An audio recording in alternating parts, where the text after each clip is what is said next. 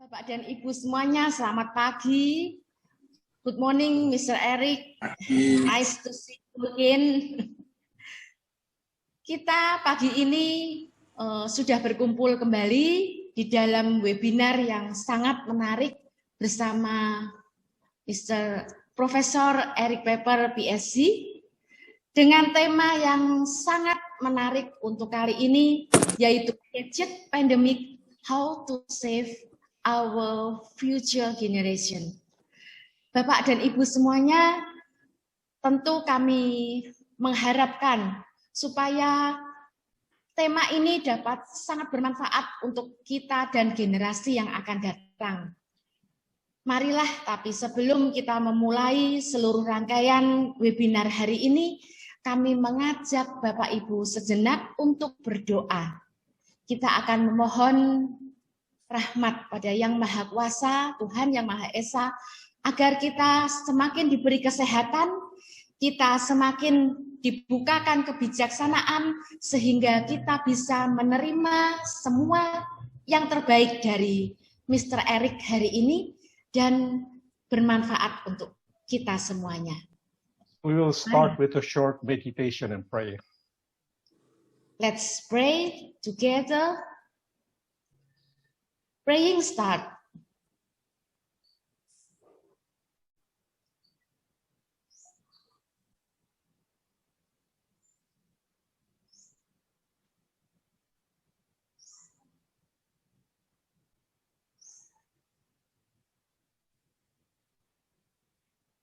Praying enough.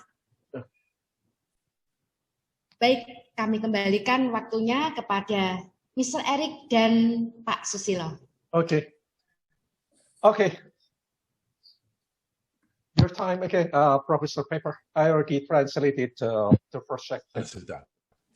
What I understood for today was partially questions, but I thought about especially for the gadget, essentially pandemic, how to save our future generation. So I summarized what the gadgets can do in about the harm in 8 factors. Jadi saya menerima tema ini, dan kemudian daripada semula saya berpikir mengenai pertanyaan-pertanyaan, dan kemudian saya akan menilai mengenai 8 kerugian ya, dari gadget pandemic ini dengan melihat 8 faktor.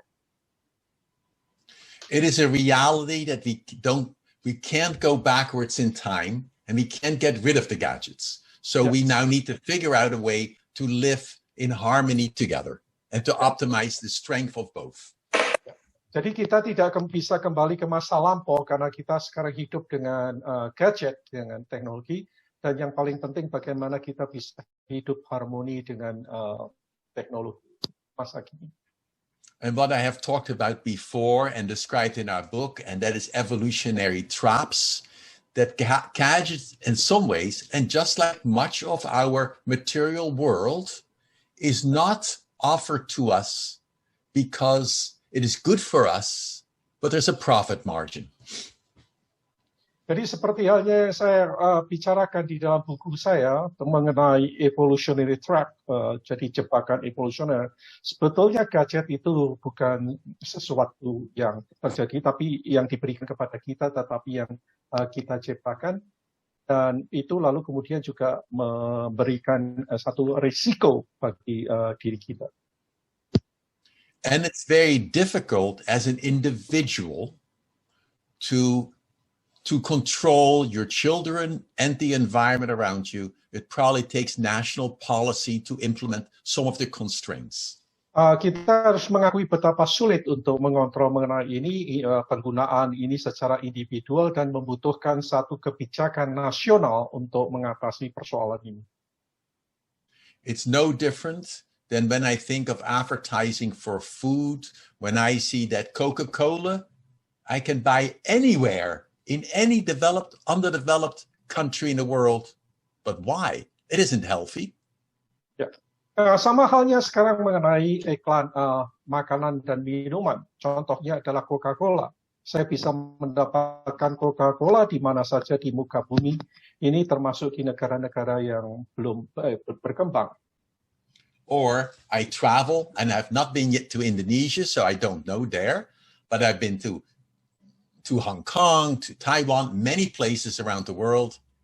And wherever I go in Japan, wherever, there is McDonald's or Mr. Donuts. Wait a minute, what happened to the healthy, local, special diets which people live with for many generations? Saya telah banyak pergi ke berbagai negara, termasuk Hong Kong, ya, lalu kemudian juga Jepang, dan saya menjumpai di sana McDonald's, ya, atau fast food semacam itu. Saya bertanya-tanya di mana makanan tradisional dari negara ini. So underneath all of it, I think for health, especially with children, which is different than even adults, we have to think that we are developing. And as we develop, how we use ourselves develops the structure, and the structure will constrain and limit our use. Nah, khususnya kalau kita memperhatikan itu efeknya untuk anak-anak, tetapi kita bisa berpikir mengenai diri kita itu. Yang terjadi adalah kita mengembangkan suatu struktur di dalam diri kita mengenai bagaimana kita sebetulnya menggunakan teknologi ataupun apapun yang kita miliki. So now let me look at both the impact of the pandemic and the impact of the technology. Dan sekarang saya akan mengajak Anda melihat apa akibat dampak dari gadget dan juga teknologi. And look at that in context how traditionally children grew and developed. Dan kita akan melihat itu dalam konteks bagaimana anak-anak itu bertumbuh dan berkembang. So if you go back only a few generations, almost all people would be doing movement and walking episodically. They would sit, then walk, but they continually alternate activity. Nah, kalau kita kembali ke belakang beberapa generasi, kita melihat bahwa generasi sebelumnya itu banyak beraktivitas. Mereka memang duduk, tetapi kemudian juga bergerak. Then we got the push for literacy in the 19th century, 20th century. And then children were asked to sit only and study objects nearby. Lalu kemudian mulai abad 19 diperkenalkan mengenai literasi, ya, dunia baca ini, lalu kemudian anak-anak mulai banyak duduk karena itu, ya, lalu kemudian mereka juga melihat dengan jarak dekat. There's nothing wrong with sitting. The trouble is that we let the people sit too long for too long periods, which leads basically to future illnesses, whether it's inflammatory illnesses or heart disease. It makes no difference almost. Tidak ada sebetulnya salahnya dengan duduk, tetapi masalahnya kalau duduk lama, di dalam waktu yang begitu lama, ini mudah menimbulkan penyakit, inflamasi, maupun gangguan-gangguan internal lainnya. And because they're mainly sitting, they don't put any strain on their bones. And so they, in fact, don't develop bone strength enough. And so when they get older, 40 or 50 years older, they are more at risk for osteoporosis. Nah, karena banyak duduk, lalu kemudian tidak ada pembentukan kepada tulang, memperkuat tulang. Yang terjadi adalah 40 tahun kemudian, menjadi tua, dan kemudian kita melihat gejala-gejala gangguan tulang, osteoporosis. And now just look at motor development. What we know is that the brain grows and develops because of motor coordination. That's why we needed a brain. Dan sekarang kita melihat mengenai gerakan motorik. Nah, otak bertumbuh, ya, berkembang oleh karena gerakan-gerakan motorik. And all the data suggest that whether to reduce senile diseases, whatever they may be, or an older person, the more movement they can do, the more will the brain be oxygenated, the more will fluids go through the brain, and more do you get essentially neurogenesis. Ya. Nah, dengan adanya banyak gerak itu sangat penting untuk otak karena otak akan mendapatkan lebih banyak oksigen dan peredaran darah, dan itu juga akan membantu untuk pertumbuhan sel-sel di dalam otak kita yang disebut dengan neurogenesis. So let me take that point one more further. So remember last time I asked you all to skip in place, in which you brought one arm up and the other knee. Ya. Ingat dalam sesi sebelumnya saya pernah meminta Anda untuk menggerakkan tangan dengan atas ke bawah gitu. And that was like what I'll call cross-scroll movement. Dan itu yang saya sebut sebagai cross-scroll move, gerakan tangan timbal melintas, timbal kanan dan kiri. And you look at children who have some emotional or cognitive development issues, or have really developmental issues. If you ask them to skip, they often do it homolaterally. Nah, kalau kita melihat anak-anak yang mengalami gangguan di dalam perkembangan emosional kognitif dan gangguan-gangguan perkembangan yang berhubungan dengan itu, kita akan mengamati bahwa anak-anak ini lebih banyak bergerak pada satu sisi. And you know that when people are really mentally handicapped, you automatically know that there's something wrong in their brain. Ya. Nah, kalau kita melihat anak-anak yang cacat mental, ya, kita bisa melihat mereka itu berjalannya itu berbeda, dan kita bisa menduga ada sesuatu yang tidak beres di otak.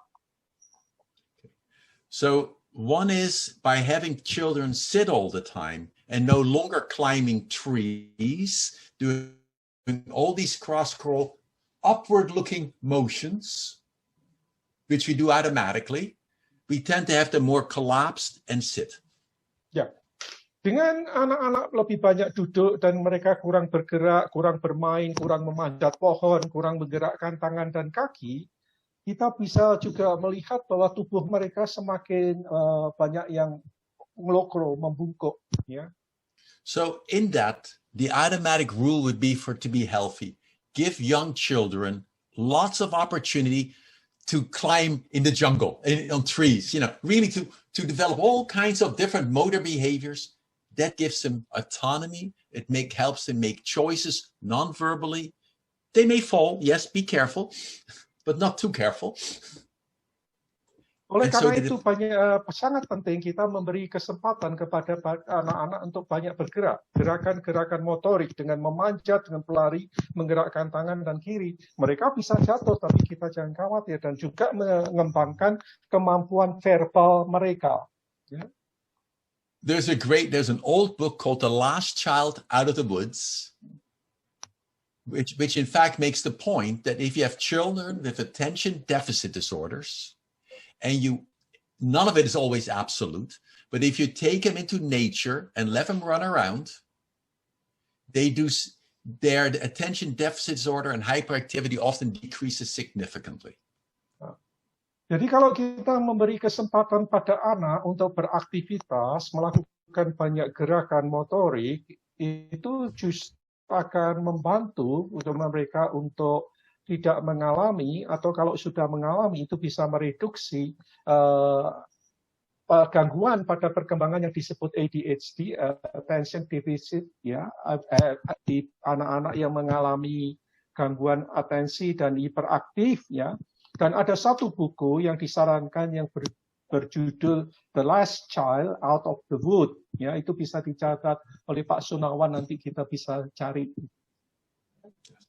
And the data is somewhat supportive that if you're teaching younger kids and they have just before, usually what you do is class finishes, then you have lunch, and then you can play.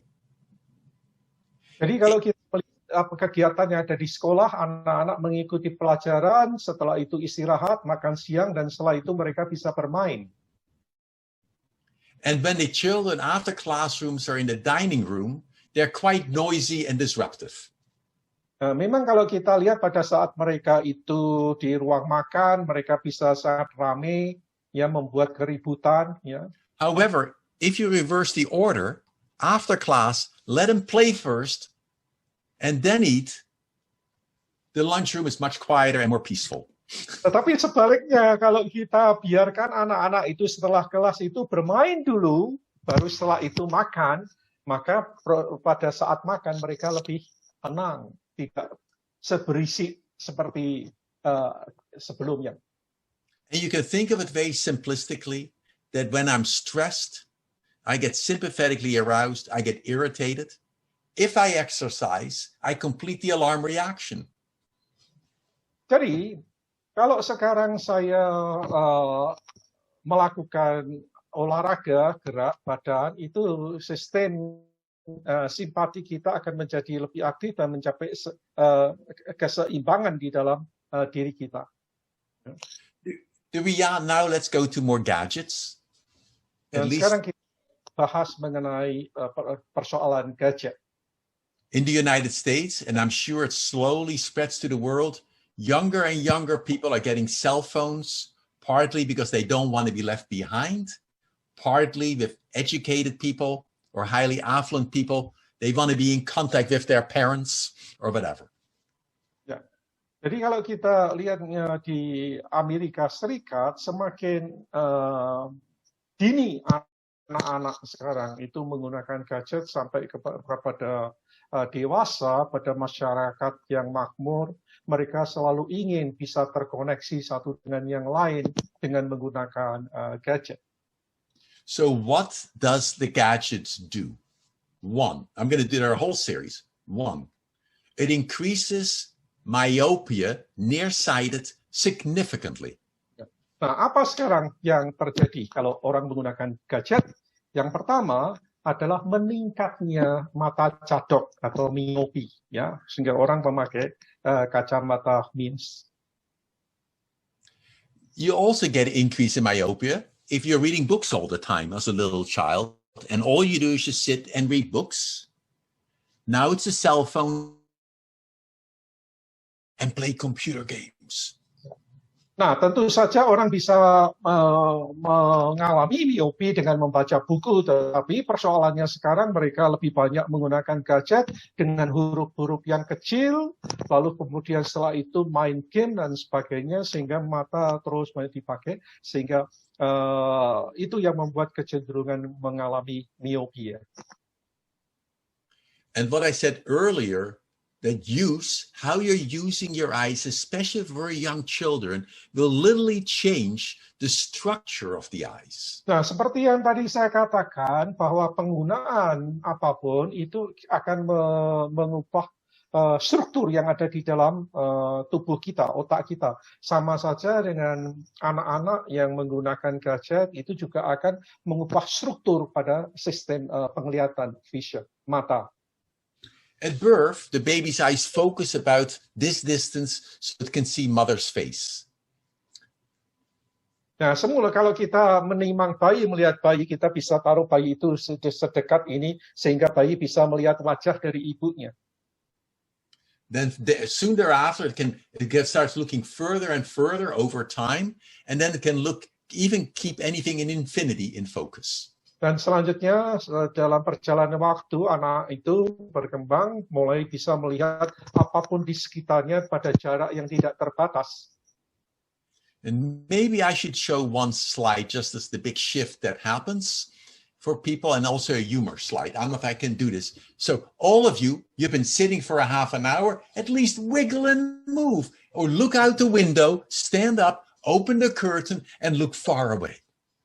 Jadi saya akan menunjukkan satu slide untuk menunjukkan ini, dan juga Anda semua yang kalau sudah duduk lebih dari setengah jam, bergeraklah, gerakkan tanganmu, lihat keluar ke jendela ini, ya, untuk suatu selingan. Okay, so let me look at a picture. Saya akan tunjukkan satu sorry that you slide. have to wait for this. I apologize. Here we go. So here you can see, this is how for thousands of generations, we walked around, we looked at the far distance, and we looked nearby. We alternated. Ya. Lihat di gambar yang paling kiri, pada generasi yang jauh sebelumnya, mereka melihat jarak pandang yang tidak terbatas, tapi mereka juga melihat jarak yang dekat, jadi bergantian.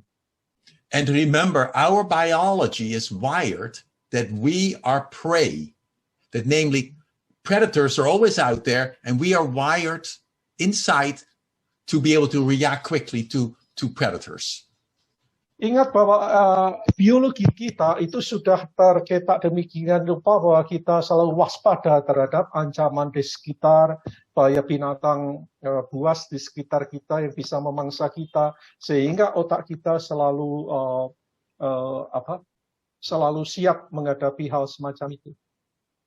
So now, look how nice and tall these men are, or women, and you have all seen the women with the baskets on top of their head.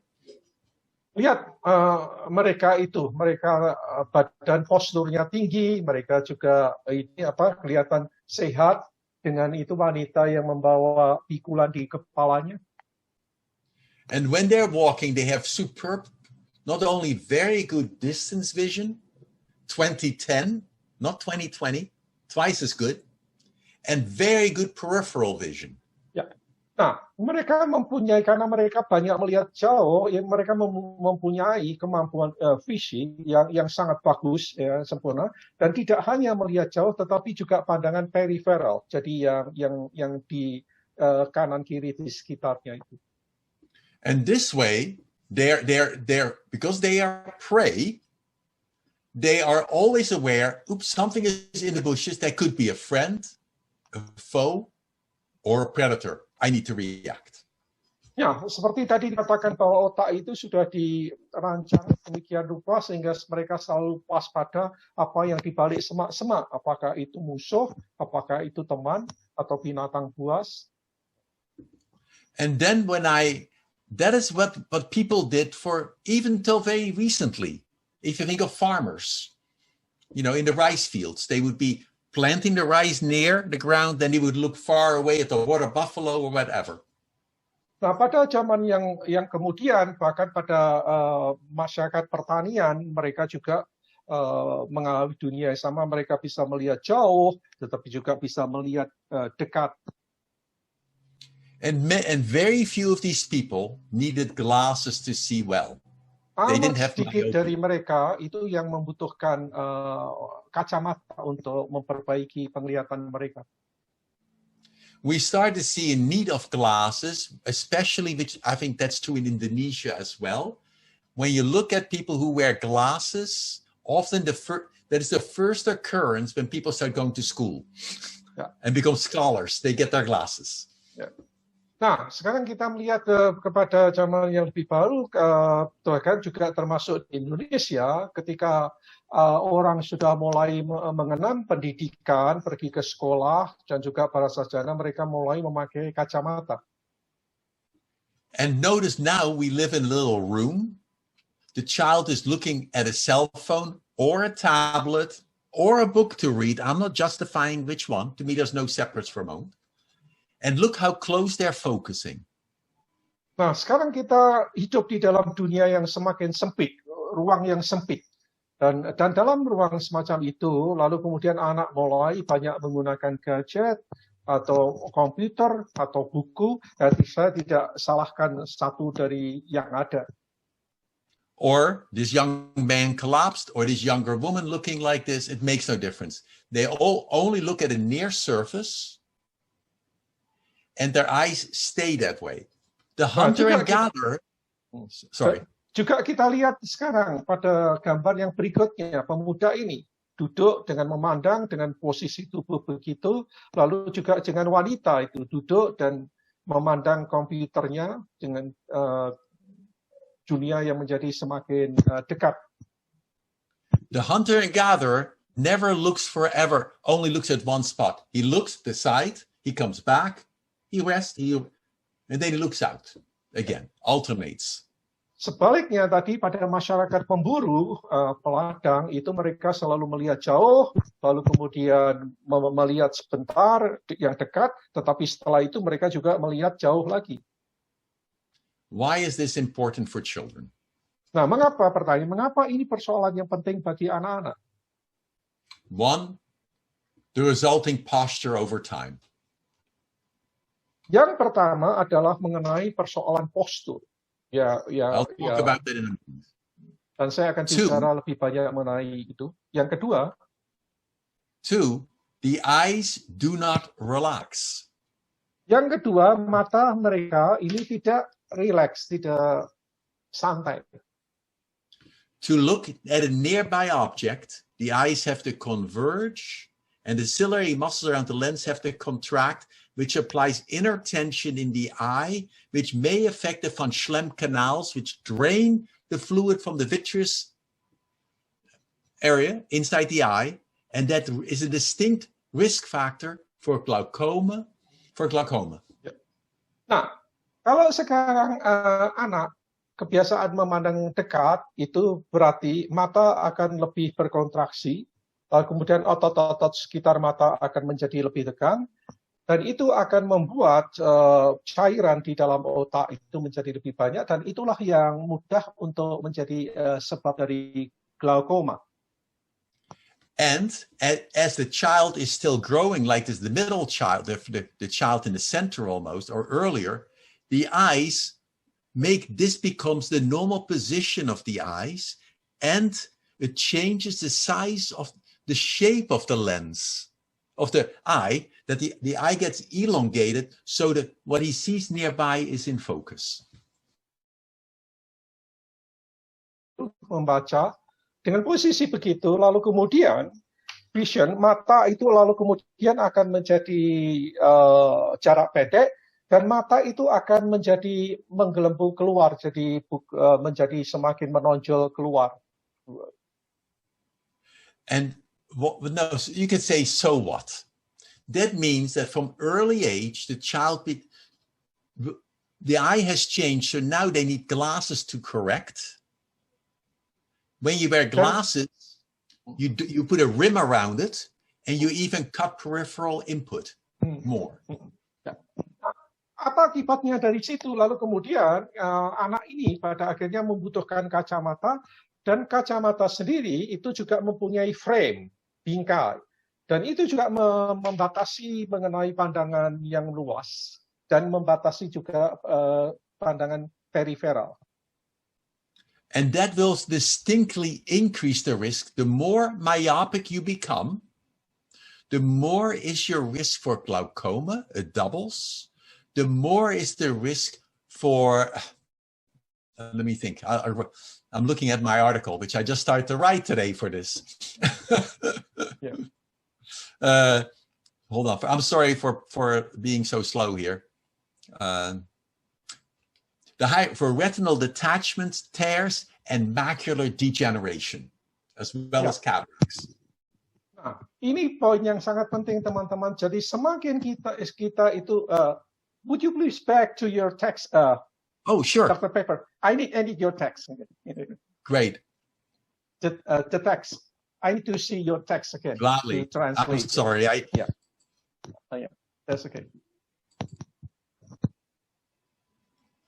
Ya, jadi orang-orang yang sudah mengalami cadok mata dan menggunakan kacamata itu tadi dikatakan cenderung untuk mengalami glaukoma, dan sampai risikonya sampai 2 kali daripada normal. Tetapi selain glaukoma, itu Profesor Eric Pepper juga menunjukkan ada retinal detachment and tears, itu artinya keausan. Jadi ada problem pada wilayah retina, ya, yang kemudian tidak sampai pada tepatnya, dan juga mengalami degenerasi makular yang menyangkut otot mata di bagian dalam, ya.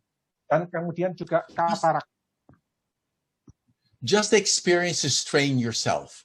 Put your thumb out like this in front of you and look at your thumb. Sekarang kita mencoba untuk melihat efek ini. Letakkan sekarang jempol Anda di depan, maka seperti yang ditunjukkan. Now look at your thumbnail and bring it slowly closer till maybe 10 centimeters from your nose or less. Pandang Really focus. jempol Anda dan kemudian dekatkan semakin dekat ke mata Anda kira-kira sampai 10 cm, mendekati ke hidung, ke mata. Keep it in focus. Fokus tetap pada jempol. And I think you can feel the strain in this area. Dan Anda merasakan ada ketegangan di sekitar mata dan pandangan sekitar. Is that correct? Apakah itu betul? Yeah. Except when you, well, however, because we're so interested in the content, we're captured by the content, we are unaware that this is going on. Dan begitu kita pandangan kita itu terpengaruh kepada ini, pada konten, kita tidak menyadari mengenai apa yang sesungguhnya terjadi. There's no problem doing it sometimes. It's healthy. Ya, tidak ada masalah sekali-sekali Anda melakukan itu sebagai itu tetap bisa kita terima. But the key for healthy looking and to reduce myopia and to reduce the future blindness caused by torn retinas, by glaucoma, by macular degeneration, you need to alternate looking far to relax the eyes, because when I look far, the muscles relax, the ciliary muscles relax, and the eye can flatten. Jadi, untuk menghindari kita mengalami cadok, miopia, maka sangat penting buat mata kita juga untuk bisa memandang yang jauh untuk menghindari gangguan-gangguan yang tadi sudah disebutkan. Karena dengan kita melihat jauh, itu sebetulnya membuat rileks bagian-bagian internal yang ada di dalam mata kita. And as you could see, since the cell phone has been introduced in the United States, people get captured just in the fovea. They are not aware what happens on the side. They become unaware of their periphery, and they have many more accidents. Lihat di statistik yang ditunjukkan di sini, semakin banyak orang menggunakan gadget, bahkan ketika mereka itu berjalan, tidak perhatian lagi pada sekitarnya, lalu kemudian itu juga mereka begitu terperangkap pada apa yang dilihat, dan mereka juga banyak mengalami kecelakaan. So if for very young children, we allow them perpetually, that tells me I need to move and wiggle, that noise, that for young children, if we let them be in this position many hours a day, which many of us parents do, we are developing a generation of children who are nearsighted and myopic, leading to other eye disorders and posture disorders. Nah, kalau kita membiarkan anak-anak kita dengan duduk lama, dengan memandang dekat, kita sebetulnya membiarkan anak ini akan mengalami gangguan mata, tetapi juga gangguan yang berhubungan dengan postur tubuh, dengan gangguan kesehatan yang lain. And I already have shown this slide one time before, I believe. Yeah. And remember here, you have boys from Singapore. They all wear glasses, except this one, whose parents did not allow him to play computer games. Dan saya pernah tunjukkan gambar ini, anak-anak sekolah di Singapura, ini semuanya pakai kacamata, kecuali yang duduk paling depan sebelah kiri itu, karena orang tuanya tidak memperbolehkan dia untuk banyak bermain gadget. I don't think you can ask the child to have voluntary control. Saya kira Anda tidak bisa memaksa anak untuk bisa mengontrol dirinya sendiri, ya, dengan kemauannya sendiri. For that, parents and the school community needs to set limits. Memang betul bahwa orang tua dan juga sekolah perlu memberikan batasannya. That means, from my bias, I would recommend no screens almost till at least the age of 8 or 10. No screens. Saya menyarankan, paling tidak ini dari pandangan pribadi saya, untuk tidak membiasakan anak-anak menggunakan screen apapun sampai mereka itu berusia 10 sampai 12 tahun. It's interesting that there is a teaching methodology called the Waldorf schools, based upon Rudolf Steiner, that is what their message also is. They don't allow any screens. Nah, ini ada satu metode pembelajaran yang dikembangkan oleh Rudolf Steiner, sehingga disebut metode Rudolf. Itu metode ini juga tidak memperbolehkan anak-anak untuk menggunakan screen. And the highest concentration of Waldorf schools, I said this before, are in Silicon Valley. Ya. Dan kemudian konsentrasi yang paling banyak dari metode ini itu justru ada di Silicon Valley di California, ya, terpusat dari kemajuan teknologi di sana. And many of the high-tech people who were responsible for developing the iPhone, Steve Jobs, their own children are not allowed to have devices. Dan orang yang paling bertanggung jawab mengembangkan teknologi macam begini, gadget, Stephen Jobs justru melarang anak-anaknya untuk menggunakan gadget. And so maybe there is something there.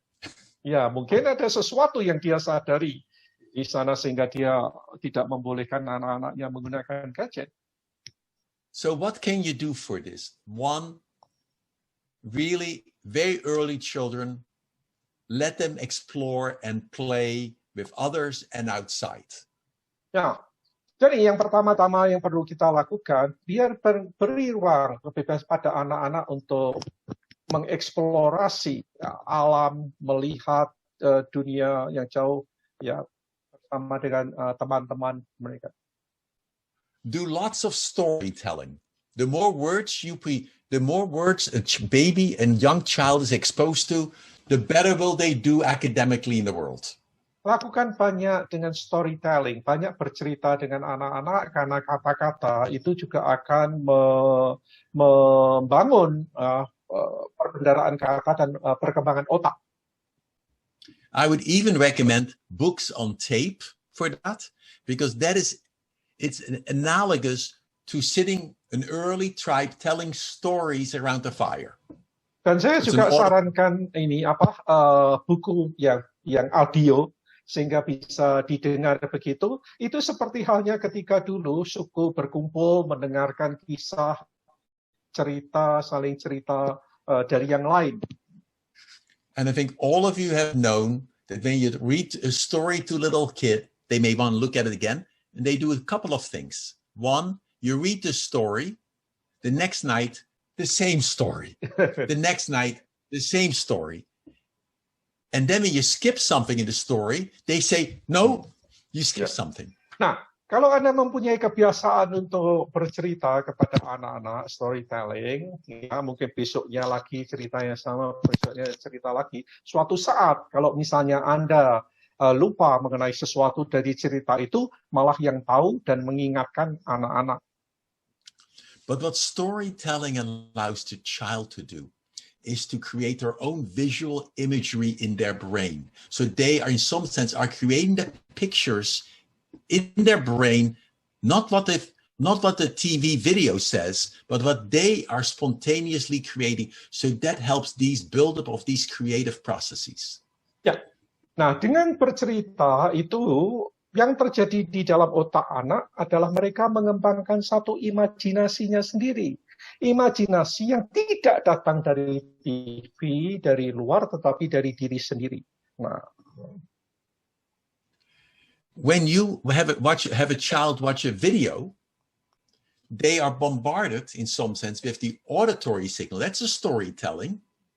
But all of a sudden, the visual input shuts off their own creative visualization. Nah, sebaliknya kalau sekarang misalnya anak-anak mau melihat video, memang mereka bisa mendengar, ya pandemi itu, tetapi aktivitas kreativitas itu kemudian terhenti karena mereka hanya menerima dari apa yang dengar dan lihat, bukan muncul dari diri sendiri. Although I have no data for the following, I'm totally persuaded that watching videos makes you almost passive, because you see all the violence, you see everything, but you yourself learn not to act to anything except to press the button on your controller. violence and also pornography. Ya, kalau saya memang tidak mempunyai data pribadi, tetapi saya sangat yakin bahwa kalau sekarang apapun yang kita lihat mengandung kekerasan dan sebagainya, dan itu juga akan berpengaruh pada diri kita, pada. I will go to content in a moment, not yet. Okay, I will not skip that. Jadi saya memang belum masuk kepada konten yang berikutnya, belum, nanti akan kita lihat. I think the next part that the devices tend to do because of posture is that by looking down posture. Nah, sekarang masih berhubungan dengan instrumen, dengan gadget dan juga postur. Nah, yang terjadi adalah kita kecenderungan untuk membungkuk melihat ini, dan kemudian kita mempunyai postur yang tidak tegak, yang. And we have discussed this a number of times, but remember the spinal structure of college students now who are in athletics are more slouched.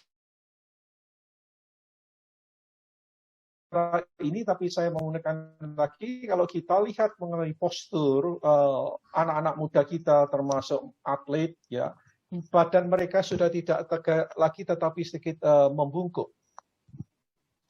And if you think of this collapsed posture, that is a defense posture. That means the knees tend to go more together. You tighten up a bit, and you're also most likely sympathetically activated slightly. Nah, kalau kita melihat postur yang membungkuk, memang itu satu postur yang misalnya untuk mempertahankan diri, dan kemudian juga sistem parasimpatik di dalam tubuh kita itu lalu kemudian menjadi aktif, ya, sepertinya mau mempertahankan diri. So what we are developing is a pandemic of future neck and shoulder pain and back pain, and that's on the physical side, shallower breathing. And on the emotional side, a pandemic of more low energy and depression. Dari posisi yang tadi, yang kemudian yang berkembang berikutnya adalah kita lalu akan melihat satu generasi yang akan mempunyai problem di daerah leher dan pundak karena postur itu. Itu paling tidak dari segi fisik, ya. Lalu kemudian juga pernapasan yang dangkal dan pendek. Tetapi dari segi emosi kita juga bisa melihat anak ini akan cenderung untuk mengalami problem dengan emosi. Because you already have experience in the previous workshops, when you collapse, you have access to hopeless thoughts. When you're up, you have more access to positive thoughts and have more energy. Ingat dari sesi sebelumnya kita sudah bahas kalau kita mempunyai postur yang membungkuk, kita cenderung untuk merasa tidak berdaya, tidak berharapan. Tetapi kalau kemudian kita tegak, kita merasa lebih optimis, lebih berpengharapan. Ya. So just for a moment, you have been sitting for much too long, and me too. What it has done when I sit, what I pointed out 2 weeks ago, is that my blood pools in my legs. My heart has to work harder, and so I want to reverse this. So all of us stand up. Ya. Dan kita sudah duduk lama, sini mari kita sekarang berdiri karena darah kita sebetulnya sudah mulai banyak terkumpul di bawah dan kemudian peredaran kita kurang, maka saya mengajak kita semua untuk berdiri. And now reach way out as far as you can. As you inhale, go up in a circle. As you go down, exhale. Imagine like you feel the surface of a ball and you're reaching to the edges. You're pushing out further and further and further. And you're looking up way at your fingertips. And now you're breathing your stomach at the same time. Rentangkan tangan, pada waktu Anda merentangkan tangan, lalu naikkan ke atas seperti mau menggapai suatu bola, pada saat itu kemudian Anda mengambil nafas, dan pada waktu jangkau itu, ya, lihat sampai jari-jari, ambil nafas, dan pada waktu menurunkannya, Anda mengeluarkan nafas dan rasakan itu juga pada bagian perut. And now you just roll your shoulders. Putar kanan kiri. And you smile And now one more time, really reach up quick, way to the ceiling on your toes. Yeah. Way, see if you Yeah. can almost jump. Jump. Yeah. And then wiggle. Yeah. Move your hips, and then just sit again. Ya, ya. Sekarang Anda bisa duduk kembali.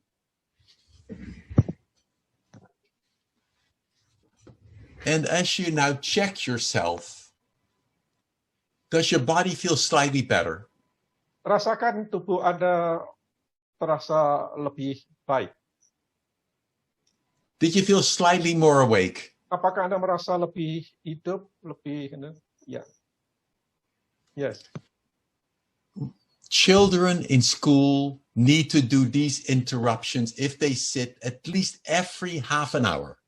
Dan anak-anak di sekolah perlu melakukan hal semacam ini, apalagi kalau mereka sudah duduk paling lama setengah jam. That is on the physical side. And in the same way, since you all have been sitting in the room, just one more time, get up. You have a curtain there. See if you can look outside at the furthest tree you can see. Just look for a moment. Ya. Nah, sekarang itu jadi masih kita bicara dari sisi fisik, maka kita lihat Anda sudah duduk lama, lalu juga sekarang lihat ke jendela. Lihat pandangan yang semakin jauh, pohon-pohon apapun yang jarak paling jauh yang bisa kita lihat. And then while standing, close your eyes. Dan ketika masih berdiri, pejamkan mata Anda. Breathe lower in your stomach. Ya, perhatikan bagian bawah dari perut. And now in a moment, while you're nice and tall, as you inhale, let the stomach get bigger, the eyes are closed. Mata masih tertutup dan pada waktu Anda menarik nafas, rasakan perut membesar, menggembung. And now very gently, as you exhale, as the sound goes out, let the air flow, and halfway through the exhalation, very gently open your eyes very softly. With kind of soft, almost sleepy eyes, and just look, like you're not trying to look. Nah, pada waktu mengeluarkan napas, rasakan seperti berdesis, seperti yang dulu didemonstrasikan dengan menutup, merapatkan gigi, membuka mulut sedikit, berdesis. Nah, sewaktu berdesis mengeluarkan nafas itu, buka mata Anda pelan-pelan. Now let your eyes close again. Tutup mata lagi. Take a breath again in your stomach. Let your shoulders relax. The head gets taller at the same time at the back of the neck. Ambil nafas lagi dan rasakan perut menggembung, lalu kemudian bagian leher dan bagian punggung itu terasa lebih. As if your neck goes back and your chin is soft. Rasakan di bagian rahang muka ini lunak. And now let the air come in again. And as you exhale, halfway through the exhalation, very softly open your eyes. Like you don't care what's there. You just enjoy what comes into you. Dan pada waktu mengeluarkan nafas, lakukan pelan-pelan separuh ini. Dan bersamaan dengan itu, lalu kemudian buka mata pelan-pelan. Dan nikmati itu. Hanya fokus ke situ, tidak pada yang lain. And if you can see a tree, or a plant. Dan bila Anda bisa melihat pohon-pohon ya atau tanaman apapun di luar. And that plant is in the distance.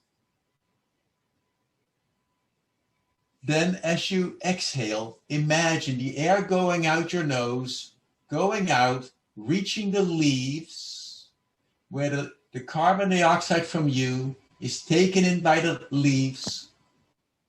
Through photosynthesis is broken up into water and the plant material, and oxygen comes out, and the oxygen comes back to you, which you inhale, like this big cycle. Ya, nah tadi lihat pohon, tanaman yang di luar, pada waktu ada mengeluarkan nafas, bayangkan bahwa karbon dioksida Anda itu sampai kepada pohon tersebut. Pohon membutuhkan karbon dioksida untuk mengubah untuk fotosintesis, dan kemudian sebaliknya pada waktu menghirup, bayangkan Anda memperoleh oksigen yang baru dari tumbuhan atau tanaman tadi. masuk ke dalam tubuh Anda. So almost look with a smile at that plant, that in a way, both of us can only exist because of each other. Pandangi pohon tersebut dengan senyum dan kita menyadari bahwa kita di dunia ini juga karena adanya dari pohon-pohon tanaman. The plant cannot exist if it doesn't get the carbon dioxide, and I cannot exist if I don't get the oxygen. We are dancing together. Ada karbon dioksida dan kita tidak bisa hidup tanpa ada oksigen. And then, like, come back and just sit or stand or whatever. Kita boleh kembali duduk atau kalau Anda mau tetap berdiri, boleh saja. So when people looked outside or had the opportunity to look at the trees far away, and when they opened their eyes midway through the exhalation, did they notice that their eyes were softer and they had a bit more tearing? Nah, kalau kita mempunyai peluang untuk memandang jarak jauh, maka sebetulnya mata itu akan menjadi terasa lebih lunak, lebih rileks, ya. Dan mungkin kita bisa merasakan agak sedikit air di situ. And if you experience that, just nod your head. Kalau siapa yang mengalami begitu, Anda bisa menganggukkan kepala supaya Dr. Eric bisa melihat. Great. I really appreciate Siani, Susanna, Taga, that you nodded your heads. It helps me. And also Sitabudu, because it makes it easier for me to speak. Yeah. Note this little, I'll let you go on. Ya, jadi saya apresiasi Siana, Susana, Anda menundukkan kepala sehingga saya tahu apa yang terjadi dan itu membantu saya untuk bicara. But notice that simple act of looking out in nature and then relaxing, centering, just like the prayer you did in the beginning of the session, and then very gently, upon the exhalation, which evokes the parasympathetic state, I allow my eyes to open softly, like the world is safe, and now I get a lacrimal tear, which helps me lubricate the eyes. Nah, jadi kalau kita mempunyai pandangan jauh ke depan itu dan kemudian kita juga pada waktu eksalasi ya sebaik itu kita sebetulnya akan merasakan bahwa daerah mata kita itu akan menjadi lebih rileks, menjadi lebih lunak dan juga mata kita akan mengalami lubrikasi. Jadi tidak mengering karena ada cairan yang melumasinya. And I hypothesize that if I had you look the opposite way, by which I almost gasp and look, we did this last time also, that my blood pressure would go up because now it's danger. And in this case, my blood pressure would go down. Nah, sebaliknya kalau misalnya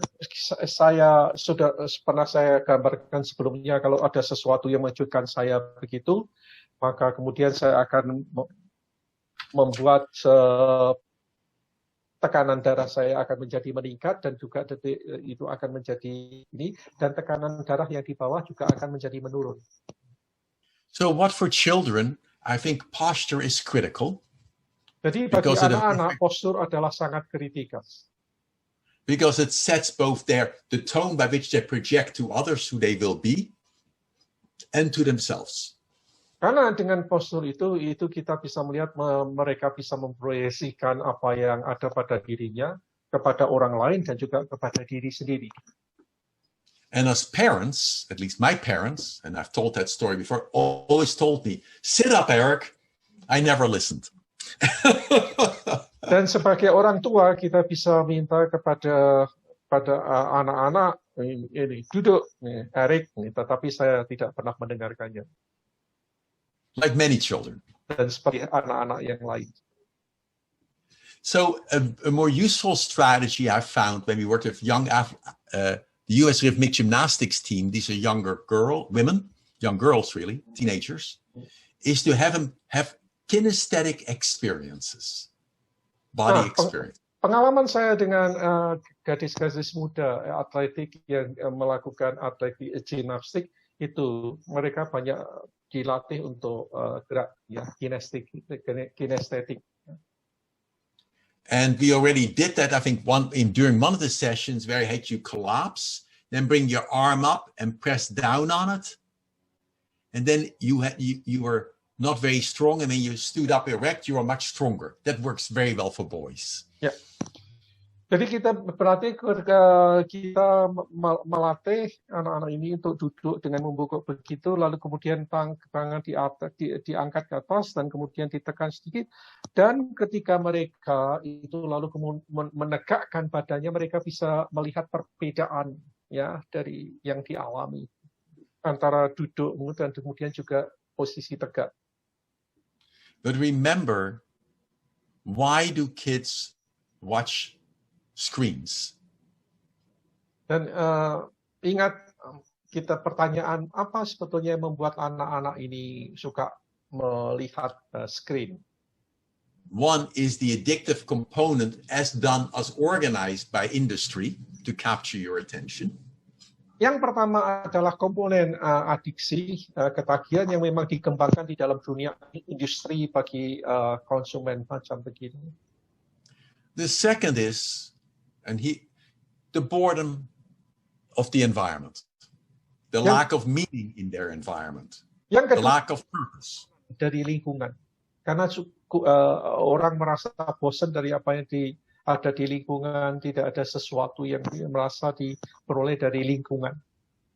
And I think last time with Rick and I think we talked about the stories of the rats and opium addiction.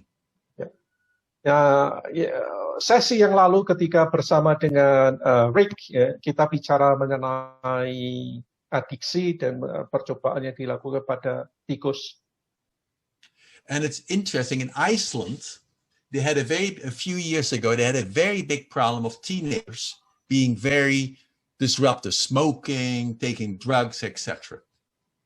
Yang menarik, beberapa waktu yang lalu di Iceland itu ada problem dengan para remaja, mereka punya problem dengan perilaku mereka, ya, kenakalan apapun ya yang dialami oleh para remaja ini di Iceland.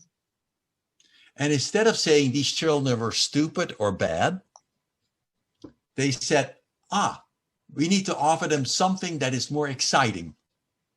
Daripada kita orang mengatakan bahwa anak-anak ini jelek, buruk, bodoh, yang ditawarkan adalah sesuatu yang menarik ya untuk mereka. And luckily in Iceland, because it's a fairly homogeneous country, very small in population, they could do this. Dan untungnya karena penduduk Iceland itu lebih homogen, ya, itu, maka ini mudah dilakukan. So they then organized basically evening programs till maybe 1 or 2 o'clock at night for teenagers, because that's when they're awake.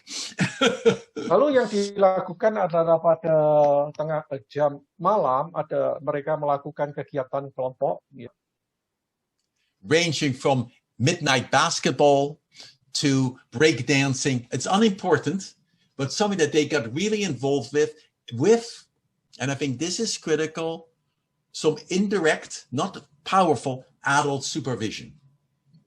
Nah, pada tengah malam itu mereka boleh berbuat apapun, bermain basket atau menari, dansa, ini dengan supervisi dari orang dewasa, tetapi sifatnya tidak terlampau keras. Ya. Their drug use and delinquency went way down because now he didn't have time to do it. Dan apa yang terjadi, penyalahgunaan obat dan juga kenakalan itu sangat menurun karena mereka tidak mempunyai waktu untuk melakukan itu lagi.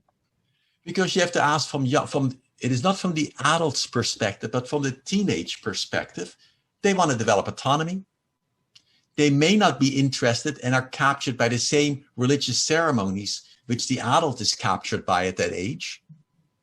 So you need to capture something that gives them meaning. The classic phrase in English is idle hands is the work of the devil. Jadi kalau bekerja dengan anak-anak, dengan orang muda, itu yang paling penting adalah apa yang sebetulnya mereka butuhkan dan apa dilihat dari kacamata mereka, bukan dari orang dewasa. Ya, jadi ada pepatah yang sudah pernah dikatakan bahwa tangan yang menganggur itu akan dipakai oleh setan. So to quickly summarize, have lots of friends in your community agree that children should not have much access to digital displays, and parents then have to demonstrate that as well at home. Nah, di komunitas Anda, apakah Anda sepakat bahwa anak-anak memang harus dibatasi aksesnya terhadap penggunaan gadget, dan kemudian juga orang tua, masyarakat itu sepakat mengenai hal ini? If the parents are watching streaming videos at night, the children will do it. Kalau orang tua sendiri itu banyak melakukan itu, streaming, melihat gadget, ya anak-anak juga akan melakukan.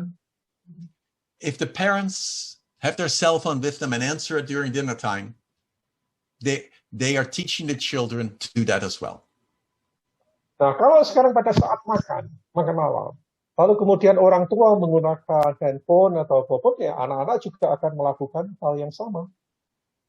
It's very difficult as the parent. I don't envy any of you or any of because unless you're in a community of other parents who have similar concepts, it's unbelievably challenging.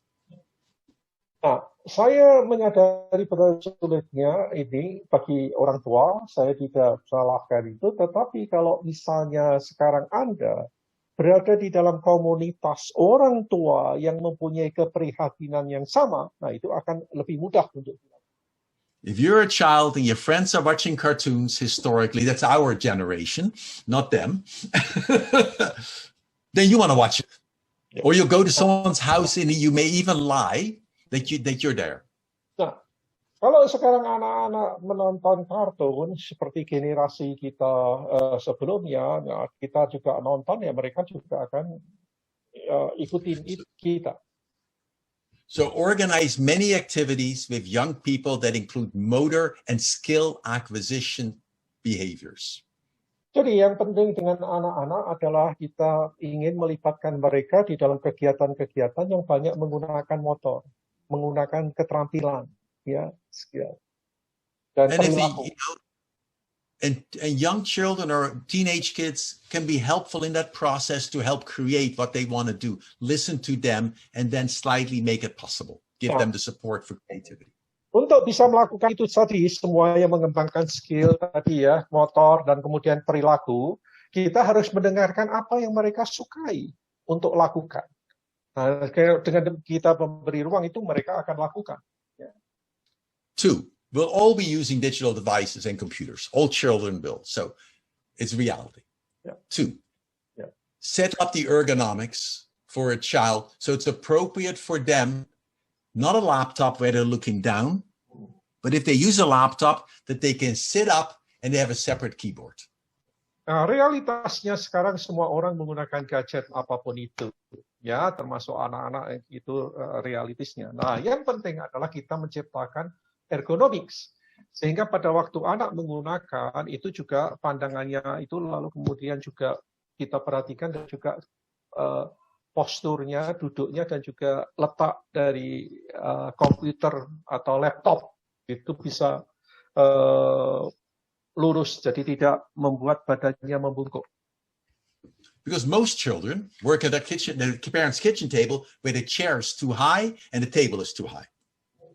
Nah, masalahnya untuk anak-anak seringkali tempat duduknya itu terlampau tinggi atau kemudian mejanya terlampau tinggi. Nah, itu yang tidak memenuhi ergonomics yang tadi disebut. And I would not recommend having children use digital devices in bed. Dan saya sama sekali tidak menyarankan untuk membiarkan anak-anak menggunakan peralatan itu di tempat tidur. I would tell stories like of Olympic athletes. You need to have state-dependent learning. Here's your little corner where you study, you can watch your videos, and that other corner is where you sleep.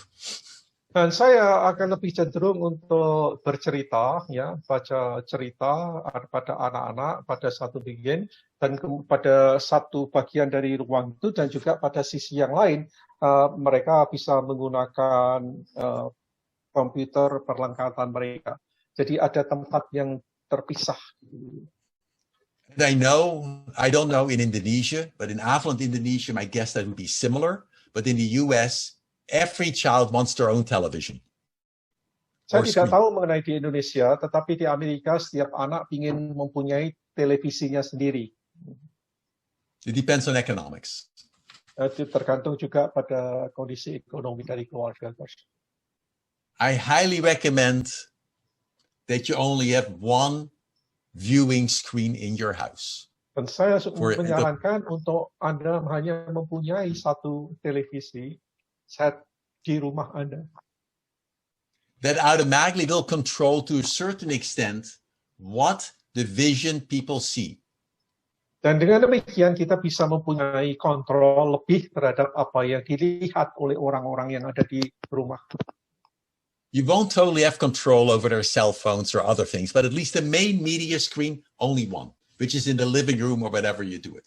Barangkali kita tidak bisa kontrol gadget, handphone anak-anak ini, tapi paling tidak sekarang ada satu itu screen televisi yang bisa kita kontrol. And this also is good for communication, however difficult. Dan ini Because juga now, bisa baik untuk membuka komunikasi dengan anak-anak betapapun itu, walaupun itu mungkin sulit. Because now the family, the children and the parents need to compromise what we would like to see. Ya. Dan bagi keluarga antara orang tua dan anak seringkali harus berkompromi untuk berbicara mengenai apa yang akan kita lihat. I mean, I was lucky as a parent that my children till the 4th grade went to the Waldorf school, where basically the culture said no screens. Saya gembira sebagai orang tua bahwa anak-anak saya sampai kelas 4 SD itu mengikuti sekolah Waldorf tadi yang tidak diperkenankan sama sekali untuk menggunakan screen. And we had only one television in the living room. Dan kami hanya mempunyai satu televisi di ruang tamu. My children complained and complained and complained. Dan tentu saja anak saya mengeluh dan mengeluh. In that sense, that was our rule.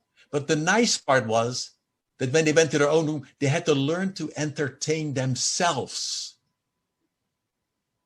So they were never bored. And so many young children say, I'm bored. How can you be bored in a world with so much interesting stuff? Ya, keuntungannya memang tadi hanya satu, mereka mengeluh, tetapi keuntungannya dengan adanya hanya satu itu, lalu kemudian mereka menjadi berpikir apa yang bisa, cara-cara apa, hal-hal apa yang bisa dipakai untuk mengatasi kejenuhan dan kebosanan mereka. Ya, tidak ada satu hal saja, tapi sebetulnya begitu banyak di dunia ini yang bisa dilakukan untuk mengatasi kebosanan, kejenuhan.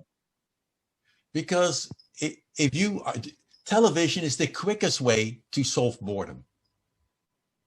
Jadi bagi banyak orang televisi adalah cara yang paling cepat untuk mengatasi kebosanan. And creates more boredom. Dan menciptakan kebosanan lebih lanjut. You just sit hour after hour, clicking after clicking. Kita lalu kemudian duduk berjam-jam hanya clicking channel-channel yang mana yang ingin kita lihat. And you all have had the experience, that especially those who work in offices, that you never accomplish anything easily on screens. Dan Anda yang sudah bekerja di perkantoran bisa mengerti bahwa sebetulnya tidak banyak yang kita bisa capai dengan melihat apa yang ada di screen. But when you make something, create something with your hands, whether it's a cake, whether it's building something in your backyard or outside, when it's done, you feel kind of, yay, I did something. I developed self-esteem. Sebaliknya, kalau kita berbuat sesuatu dengan tangan kita, menciptakan sesuatu yang kreatif, kita akan melihat hasilnya, kita akan merasa, oh ini hasil dari pekerjaan kita, dan kita membangun kepercayaan diri, harga diri. I could talk for the next 2 hours on how posture affects physiology. We have talked about that before. So what I want to recommend is we take a 5-minute move break for coffee or tea or breakfast or bathrooms. And then we'll go back and we'll think for a moment about content. What Jadi you see. saya sudah bicara mengenai postur dalam buku ini. Dari pembicaraan yang lalu kita bisa nanti berdiskusi yang lain. Saya sarankan kita akan break sebentar untuk mau ke kamar kecil untuk minum dan lain sebagainya. Jadi teman-teman, sebelum menjawab mengenai pertanyaan ini, Dr. Pepper akan tunjukkan video dulu ya.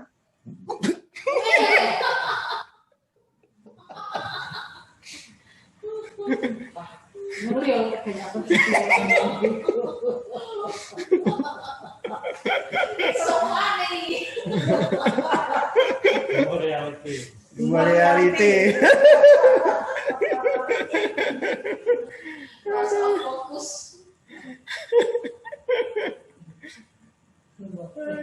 Okay. That's what happens when you don't attend. Yeah. I'm open for questions. Absolutely. Anytime.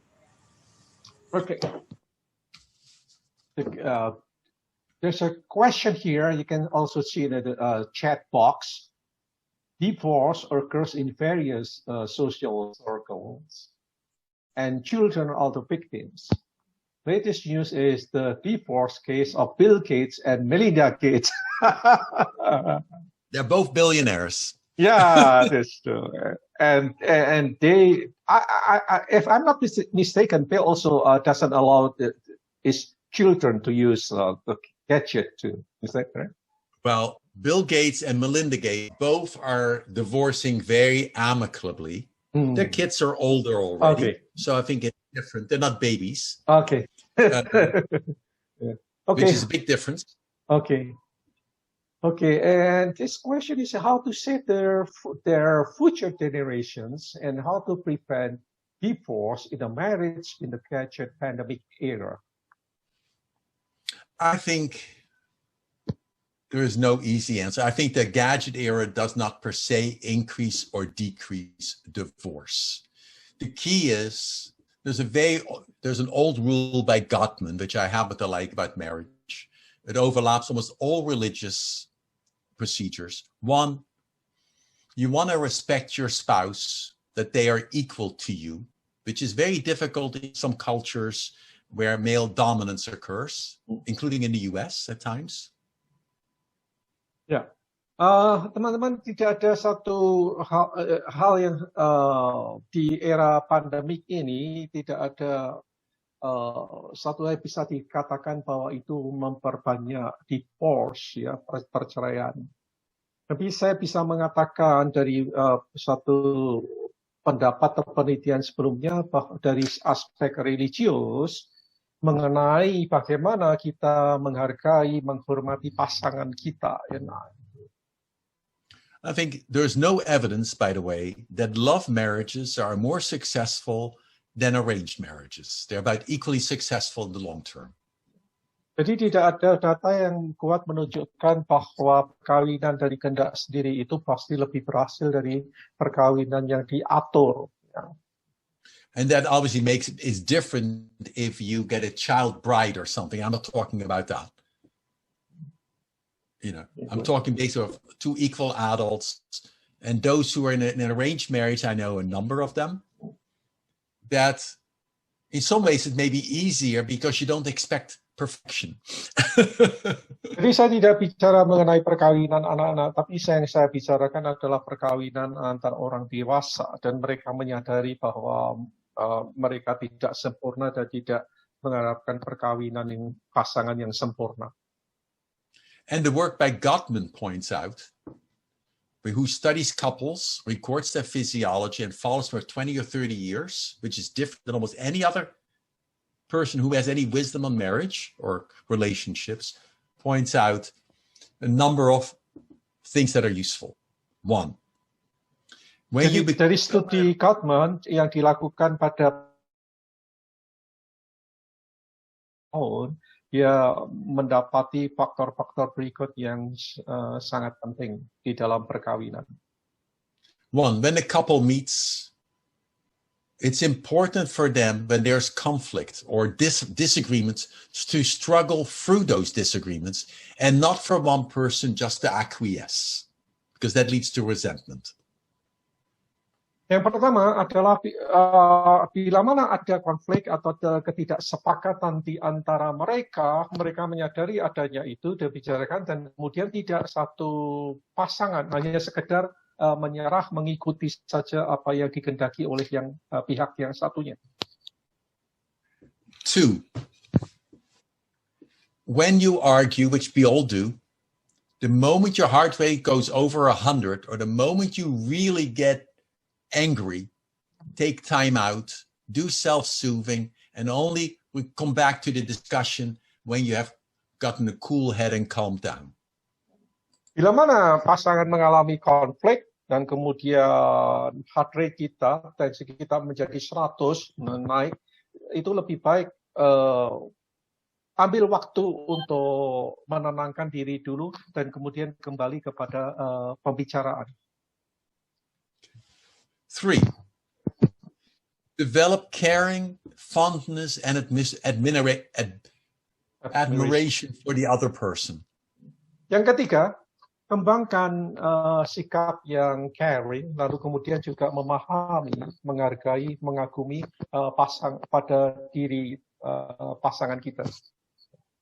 And a very useful book that summarizes his work is called The 7 Principles for Making Marriage Work. Jadi ada satu buku yang disarankan itu yang diberi judul itu, ya, ada 7 prinsip untuk bisa membuat perkawinan itu berhasil. Okay, the next one. Give more compliments. If you say something nasty, be sure you give 7 times as many positive statements. It really helps.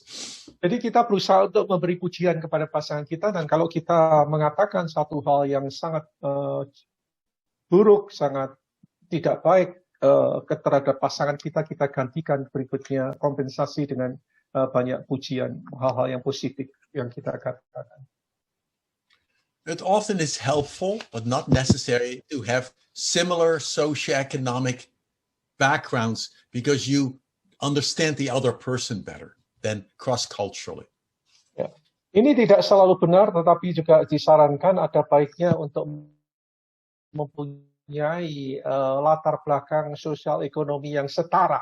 Karena dengan begitu, masing-masing pihak mengetahui apa yang menjadi masalah pada pihak yang lain karena pengalaman sosial ekonomi yang lebih kurang sama. And one predictor, in a sense, if you talk to couples and you ask them about their partner, you can predict which couple will have difficulty often in the following question. Tell me again about when you first fell in love or met the person. Nah, salah satu prediktor kalau kita meneliti mengenai pasangan-pasangan ini yang bisa dijadikan prediktor, ada pertanyaan ini. Satu pertanyaan ini yaitu, kapan Anda bertemu dengan pasangan ini dan kemudian jatuh cinta? In reality, most people get married and they are, excluding arranged marriages, want to get married because they at that moment think the other person is really great, whatever it was. Pada umumnya orang lalu kemudian memutuskan untuk menikah karena memandang wah orang pasangan itu, cewek itu, wanita itu, pria itu begitu menarik ini lalu kemudian ingin segera kawin.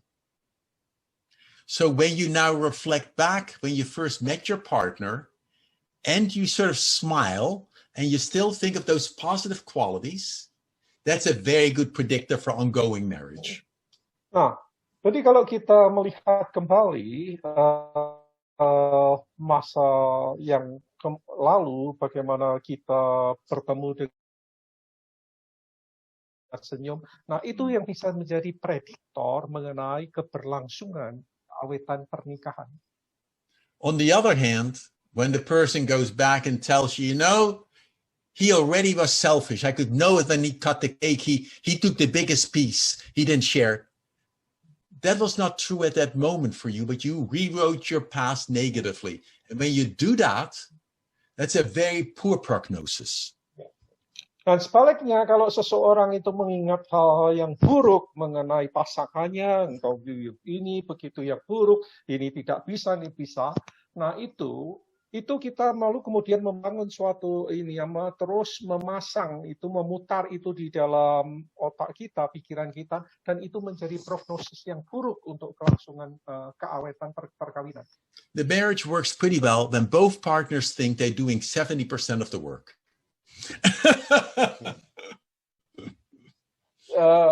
Jadi mereka yang pasangan yang baik itu secara statistik dikatakan 70% mereka melakukan yang positif tadi itu.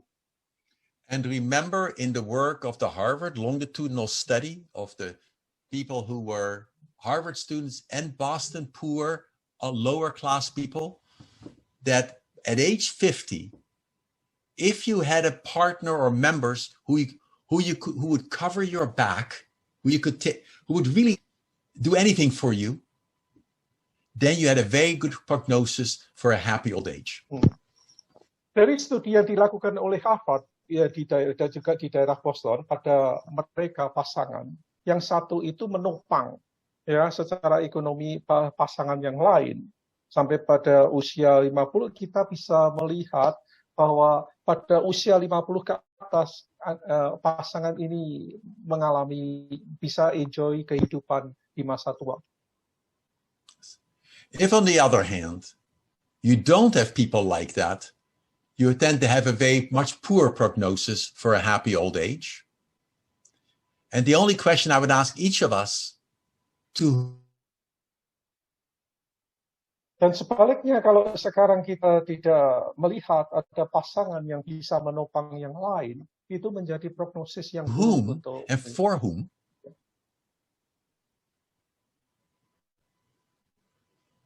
something trouble with connection. We miss part of what you said. I saw. Yeah. What I said is that if you do not have a person or people like that in your world who will do anything for you, who will put their life first for you, in like calling somebody up at 4 o'clock in the morning, and they'll leave their party, and they come rush to help you. The question is, are you like that for somebody else? Jadi tadi sebaliknya berbeda dari pasangannya sebelumnya. Kalau kita tidak mempunyai pasangan yang bersedia untuk melakukan apapun untuk diri kita, pasangan satu terhadap yang lain, nah itu menjadi prognosis yang buruk untuk perkawinan. Dan kemudian pertanyaan yang menjadi penting adalah apakah kita menyukai itu atau orang lain yang suka tentang itu. And if you do not have people like that, I highly recommend to start becoming that for other people and vice versa. It takes lots of investment. Nah, kalau kita tidak mempunyai macam itu, saya betul-betul sarankan untuk bisa melihat hal itu, dan memang untuk melakukan itu membutuhkan investasi yang besar. Ya. Okay. I don't know if I have any wisdom on marriage besides that. Divorce. Jadi saya tidak tahu apakah saya bisa memberikan hal-hal yang bijak, wisdom mengenai perkawinan. Ya, itu.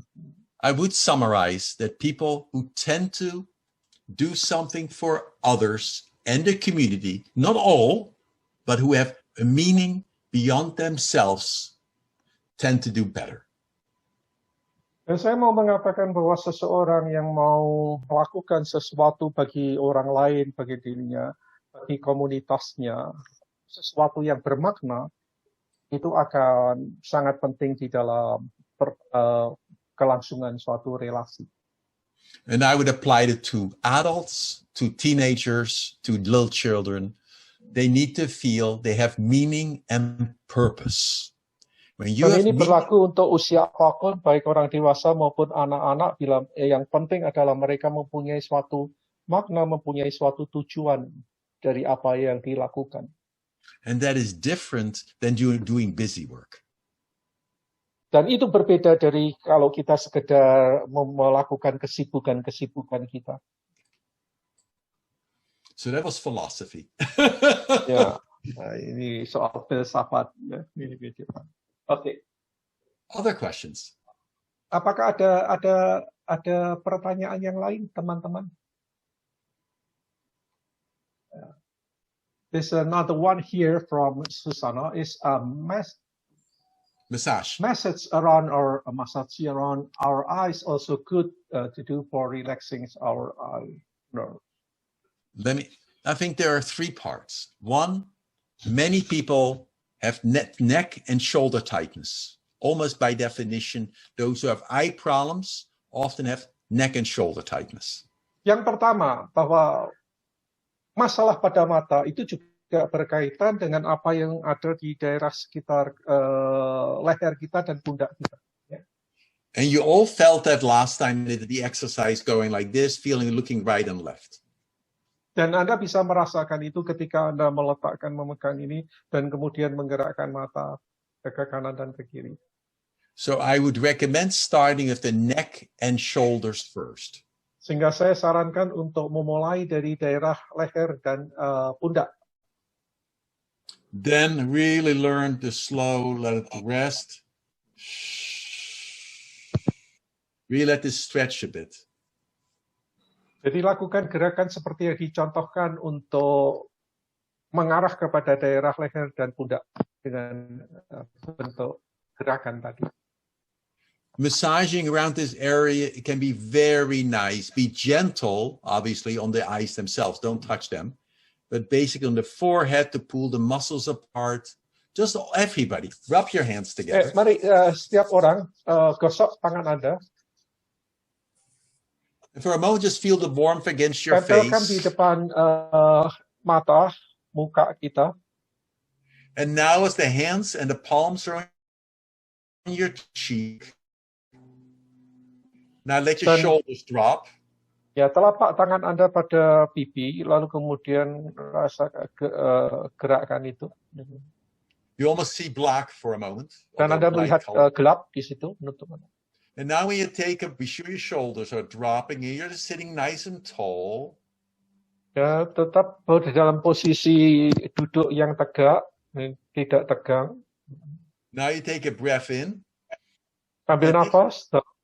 And as you exhale, like pull your fingers fairly hard over the skin, pulling the skin all the way down, loosening the masseter muscles, and then just drop the hands to your lap. Nah, pada waktu ekshalasi, ya, waktu itu bersesis keluar, itu lalu kemudian turunkan tangan, diurutkan, turun ke pipi, lalu kemudian sampai ke dagu, ke daerah mulut. And for a moment, just feel the sensations in your forehead, in the temples, in your jaw. Notice dan rasakan daerah ya di dahi, di pelipis, ya, dan kemudian juga tidak sampai ke rahang. And there are many different massages, so I think it can be very helpful. Ya, ada beberapa jenis macam massage dan itu bisa membantu. For the eyes specifically, I recommend, I think I said this once before, the book by Meyer Schneider. Khususnya untuk mata, untuk ini, saya merekomendasikan satu buku yang ditulis oleh Meyer Schneider. Vision for Life. Ya, itu buku judulnya bisa dilihat di chat box. The nice part is, I said this before, he was born with cataracts, he has 1% vision, and has many YouTube videos which he will guide you through many practices. I think they're superb for the eye and neck. Ya, dia sendiri dari kecil mudah mengalami gangguan mata di katarak, dan kemudian dia bisa sembuh dari itu, dan dia sudah banyak ungkapkan ini di buku Anda bisa juga cek di situ. And I would recommend you watch them, adapt the practices, make your own videos, and just give them appropriate credit. Dan saya sarankan Anda melihat video itu, lalu kemudian lakukan itu, ya, dan beri penghargaan, pengakuan kepada Mayer Schneider untuk apa yang sudah. We had him like a couple of years ago in Bali, Dr. Pepper. Yeah, he talked. Yeah. Perhadap. I think he is very impressive. Oh, okay. Personally. Yeah. Do I have a research plan on brain damage caused by gadget addiction? I don't think there's any evidence really, or good evidence as I understand science or the research, of truly brain damage caused by that for most people. Most addiction is addiction is a combination of it's much more habit pattern. Saya tidak mempunyai data pada pertanyaan ini yang ada di chat box, teman-teman bisa lihat itu. Saya tidak mempunyai data langsung itu, tetapi saya bisa mengatakan bahwa addiction itu berhubungan dengan kebiasaan yang sangat buruk. And so, yes, there could be eventual damage if I stay awake much too long. I don't get enough sleep. Then eventually the brain does change. Ya, tentu saja bisa berpengaruh buruk pada otak kalau saya terlampau lama melihat terlampau itu, dan itu lalu kemudian memberikan dampak kepada otak. But then people mean by gadget addiction in a way, or digital addiction, is that you just want to play this all the time, and you do that over other things. That is no different than most other types of addiction. Yep. This one is very seductive because the signals activate you as well. Jadi yang dimaksud dengan gadget addiction itu sebetulnya tidak berbeda jauh dari adiksi-adiksi yang lainnya. Itu yang dilakukan kita terus-menerus dengan menyampingkan hal-hal yang lain, dan sifat dari penggunaan itu sifatnya seduktif, artinya kita itu dirayu, kita itu dikelabui, dirayu oleh apa yang kita lakukan, dan itu kemudian berpengaruh kepada sistem di otak kita. It's very challenging as a parent, which is the concern probably for many of you, to tell your child, don't do it. Ya, tentu saja sangat tidak mudah ya, sebagai orang tua untuk mengatakan kepada anak kita untuk tidak menggunakan gadget. When you tell someone who has a habit pattern, do not do this, they'll do it more. Kalau kita mengatakan kepada seseorang yang sudah mempunyai adiksi, jangan lakukan ini, mereka akan lebih melakukan. I make no difference when I have someone who pulls their hair, particular mania, and then they pull it and they get bald. They're addicted in a way. And everybody has told them, don't pull your hair. It doesn't work. Sama saja kalau sekarang kita ngomong kepada seseorang yang mengalami problem dengan yang disebut dengan trichotillomania, suka cabut-cabut rambutnya sampai botak. Lalu kemudian kita ngomong, larang dia, jangan cabut rambutmu. Orang ini akan semakin suka untuk cabut-cabut. Probably the best strategies, we have been very successful with that, are basically behavioral strategies, the following steps. Dan strategi yang paling efektif untuk hal-hal semacam ini adalah strategi keperilakuan dengan langkah-langkah sebagai berikut. What is the trigger that lets a person bring their hand to their hair? The cue. Jadi kita perlu mengetahui apa sebetulnya yang menjadi signal yang memicu, men-trigger orang ini untuk cabut-cabut rambutnya. Think of it like Pavlov's dog or salivation. The bell rings. Ingat percobaan yang dilakukan oleh Pavlov dengan anjingnya, dan ketika melihat makanan berbunyi bel lalu kemudian mengeluarkan saliva, gitu ya. So what's the internal cue, the external event that the child wants to now play or use the device? That's one. Nah, jadi ada sesuatu dari yang di luar menjadi stimulus bagi anak ini, kemudian untuk melakukan itu. And what is the advantage for the person doing it? Dan kemudian yang pertanyaan lain adalah apa keuntungannya dari orang ini melakukan itu? If the hair pulling, the people we have worked with, the advantage were they may have been anxious, nervous, lonely, but when they pulled, their brain was noisy, but when they started to do this, it's like a meditation. They quieted their brain. Ya. Nah, jadi pertanyaan tadi apa sebetulnya yang keuntungan bagi orang melakukan ini? Nah, bagi mereka yang mengalami kecemasan, mengalami ketegangan, itu ketika mereka itu mencabut rambutnya, itu bisa mengalihkan perhatian ke situ seperti meditasi, sehingga perasaan beban emosional tadi lalu kemudian bisa dialihkan, bisa dikurangi dengan mencabuti rambut. So then you need to figure out a way to get the person the same pleasure or same experience in a different way. Nah, yang berikutnya adalah bagaimana kita bisa menciptakan kenikmatan yang sama bagi orang ini sebagai pengganti dari mencabut rambut untuk mengatasi kecemasan tadi. And then you have to train the person to think, you really frame it differently. It isn't, you should not, don't use the device there. Nah, yang berikutnya kita melatih orang itu untuk mengubah pola pikirnya. Jadi mengubah dari kegiatan mencabut rambut untuk mengatasi memperoleh kenikmatan, sekarang dilatih untuk berpikir misalnya bermain tenis untuk memperoleh kenikmatan, kesenangan yang sama, tetapi sekarang aktivitasnya, perilakunya. And second, with young children, you have some control. By the time a person is 18 years old, you have very little control as a parent, from my perspective.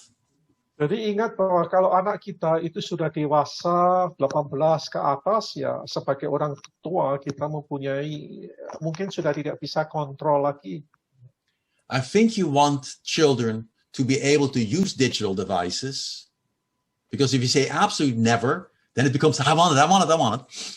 Jadi kalau kita dengan anak-anak, biasanya kita melihat kecenderungan anak-anak itu untuk mengatakan ya saya ingin, saya mau, saya tertarik dan seterusnya.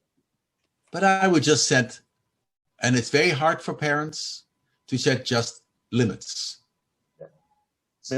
Oleh karena itu saya menghadapi anak-anak semacam itu, saya mengakui itu tidak mudah, tetapi saya segera mengatakan ya kita beri batasan, ya. And whether it's, I happen not to like computer games, many of them. I think they're not good for the person. But if they want to play computer games, and boys love to do that, you can do it for 1 hour or 40 minutes after you've done your chores in the house. Nah, memang tentu saja susah untuk melarang anak-anak, ya apalagi laki-laki bermain game dan sebagainya. Maka kemudian saya akan mengatakan, oke, kau boleh bermain selama 1 jam, setelah itu kau harus melakukan PR-mu atau tugas-tugas rumah yang lain. And almost all the data in research with children who are very difficult or violent kids, that when the parents go on a behavioral approach like this, the kids are pretty good. Ada anak-anak yang mempunyai problem perilaku emosional, bila mana orang tua melakukan pendekatan perilaku semacam ini bisa membantu mengurangi masalah pada perilaku pada anak-anak. That when you look at the failures, it's almost always the parents who fail in the behavioral implementation. They say, oh, this time we'll let you play. No. Ya, jadi kalau kita melihat persoalan ini pada anak-anak ini, yang seringkali dilihat sebagai gagal adalah pada orang tuanya. Ya. But it's much easier to start when children are young. It's like when I teach a class, I can set difficult rules in the beginning. I can always make them easier. I can never make them harder. Ya. mudah kalau kita mulai pada usia dini, ya. Pada usia itu kalau kita mau terapkan aturan-aturan yang lebih berat, itu lebih mudah daripada untuk anak-anak yang usianya lebih tinggi. You want to answer that question first? No, it's a good question. Yeah. So let me, sure. I saw the question about smoking.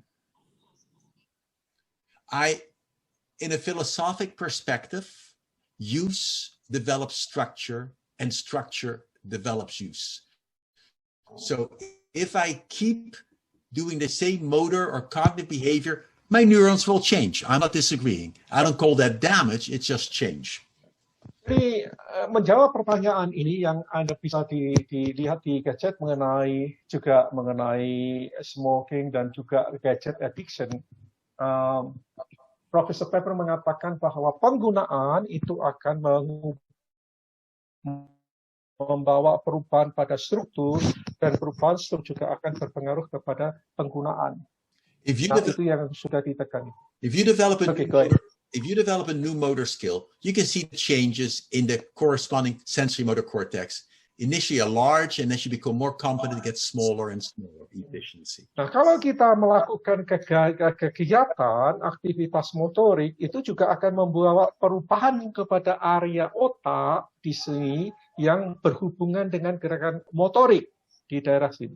Nah, itu juga akan mengalami perubahan secara struktural dan kita bisa melihat misalnya lebih besar, lebih terjadi sirkuit saraf-saraf yang lebih banyak di daerah di situ. It is just like learning a language. If you learn a language, you use it a lot, it becomes easier. If you don't use it for a couple of years, you lose access. Sama saja seperti kalau kita misalnya menggunakan bahasa asing. Kalau misalnya itu sudah kita pernah miliki dan kemudian tidak pernah digunakan lagi, ya itu juga akan berpengaruh kepada struktur yang ada di dalam otak. I think it is different than smoking, because in smoking you're putting a carcinogenic agent into the lungs and cells. So the analogy I think is not quite correct. But the better concept from my perspective is how we use ourselves develop functions. If you change your use, you'll change your function. Nah, analogi inilah yang membuat berbeda dari merokok, smoking. Karena di dalam merokok itu kita juga menambahkan ke dalam diri kita, memasukkan itu zat-zat karsinogen, hal-hal yang tidak baik bagi kesehatan itu. Jadi ada mau mengubah apapun yang kita berubah juga pada perilaku itu juga akan berpengaruh kepada apa yang ada di dalam otak. I would ask the question differently, probably for me, is saying, what is there so exciting for the young child that they're playing the games? And how can I provide that kind of excitement in a different form for the person? Ya. Saya akan mengajukan satu pertanyaan kepada anak-anak, apa sebetulnya yang membuat mereka itu senang ya untuk melakukan sesuatu yang ingin mereka lakukan dalam bentuk atau kegiatan yang berbeda. And then the question is, why is the person doing it, which is again the problem solving. Some people play computer games, and more adults, in fact, play computer games than children. Nah, kalau kita melihat pada anak-anak, mereka misalnya main game dengan komputernya, lalu kemudian juga pada saat dewasa, mereka juga bermain game yang sama dengan komputer mereka. Is it that they are lonely, that they're shy? Is it that they have marital conflict, that this is a safe way, or friendship conflicts, that this way they can keep busy and they don't get disturbed by thoughts? So that to me is a more useful way. Ya, apakah mereka, jadi pertanyaan tadi, kemudian apakah memang mereka itu karena malu, karena menarik diri, karena tidak memperoleh kepuasan dari relasi, dari perkawinan, sehingga mereka lalu kemudian lari kepada bermain game? Nah, itu pertanyaan yang sangat penting yang ingin saya ketahui jawabnya. I would still say for many young people, they like risk-taking. They do. They they would like to have responsibility, they like to explore. So provide the opportunity where they can take some risks and they can fall, hoping not to hurt themselves too badly, but they experience it. And the more we can provide that kind of opportunity, not from my adult perspective, because that's, but really try to get what they would do and then give it a little twist to the direction you want to go. Pada anak-anak muda, saya menyadari bahwa mereka suka mengambil risiko. Yang penting adalah kemudian bagaimana kita bisa memberi kesempatan mereka belajar bertanggung jawab terhadap risiko yang diambil. Dan apapun yang mereka lakukan itu lebih penting dilihat dari kacamata mereka, bukan dari kacamata pandangan kita. Jadi kalau apapun risiko yang terjadi pada mereka, mereka melakukan sesuatu yang baik, biarlah mereka belajar dari apa yang mereka lakukan itu, dari risiko dan juga dari tanggung jawab mereka. And have them exposed to number of people who don't talk about what they did, but who actually have done it and have achieved something unique, so they can say, there are possibilities. And maybe I'll show a short video for fun. I don't think I've shown that. Maybe I did. Of the dancers. Did I show the dancer video? No, I don't think so. Pull it up while you translate. Oke. Ya, jadi saya juga bisa mengetahui kasus di mana anak muda, orang tidak banyak bicara mengenai apa yang dia lakukan, mereka hanya lakukan, lalu kemudian kita bisa melihat dari apa yang mereka lakukan, dan itu juga menunjukkan satu video. I feel very lucky that I often will show or have somebody come to class who in the past themselves have overcome very difficult things. And if there's somebody in the similar age group, the students are more willing to listen to that than me. Dan saya beruntung bahwa saya menjumpai orang-orang yang sudah berhasil melewati masa-masa yang sulit, dan kemudian kalau yang lain-lain itu melihat ini, mereka bisa lebih mendengarkan dan belajar dari situ. And for one moment, I'm looking at my video clip, so you need to wait for 1 instant, I'm sorry. And all of you can just wiggle around and be comfortable. Ya, sementara saya mencari video yang ini, saya bisa minta Anda semua untuk sedikit bergerak gitu ya, untuk relaksasi.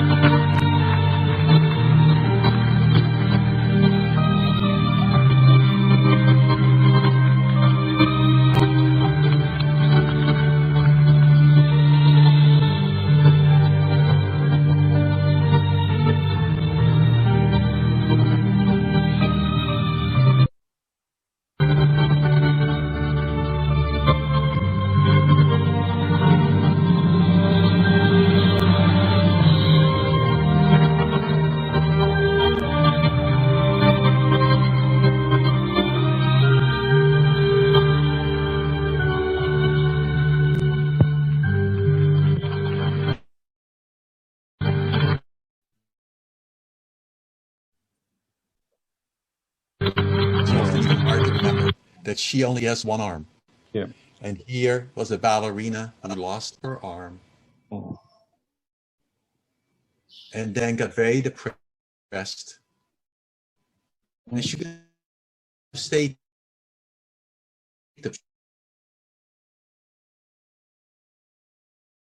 depressed. And then asked, what can I do? Jadi kita bisa melihat di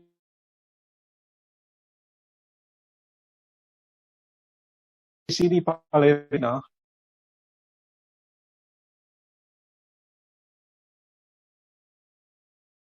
yang tidak mempunyai tangan dan dia bisa sangat mengalami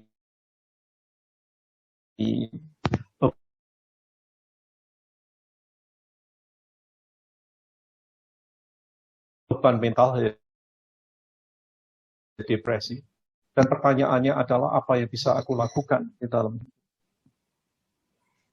And nobody wants to dance with a cripple. At least a piece of a deep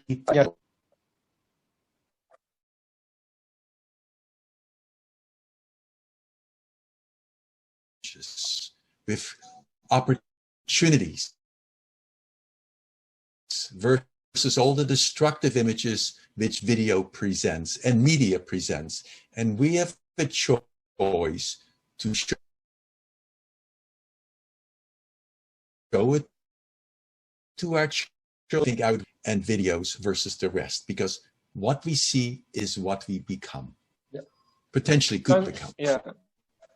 Dan yang paling penting bagi anak-anak adalah bagaimana kita bisa memberikan citra yang positif daripada negatif, daripada perbuatan yang merusak, yang merugikan.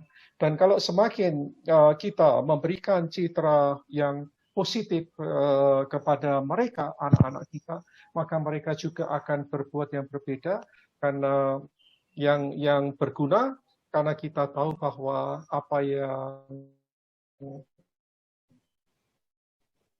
ada di dalam pikiran kita, itulah kita juga menjadi. You've listened to me once more for 2 hours. I've talked much too much. I would ask a question. I'm sorry. Yeah, this is probably this is the last question from Twitter. Steve Jobs didn't allow his children to use the gadget. And you were also lucky as parents, you didn't send your children to a school where the screens were not used. But the situation in Indonesia is very different. Parents do not send their children to schools that do not have computers. I understand. Same. Parents do not. Yeah. Yeah, I do not think that the school is the quality of that school is not really good if they do not ask the children to use the gadget, the computer. So maybe is this about culture or more than that? Yeah, that's the world of school is it's if these are all the schools, the world of schools you can't see. Yeah, jadi it is just like yeah, go ahead. So it is a conscious decision by parents or groups of parents who have seen that there are benefits of not having screens.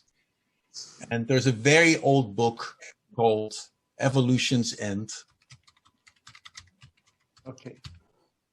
which I would highly recommend.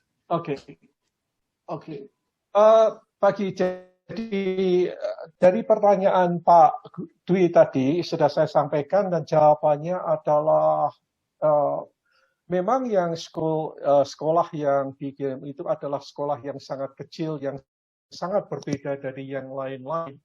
Dan saya mengerti mengenai situasi di Indonesia begitu. Ini masalah bukan hanya soal budaya, tapi di mana itu terjadi.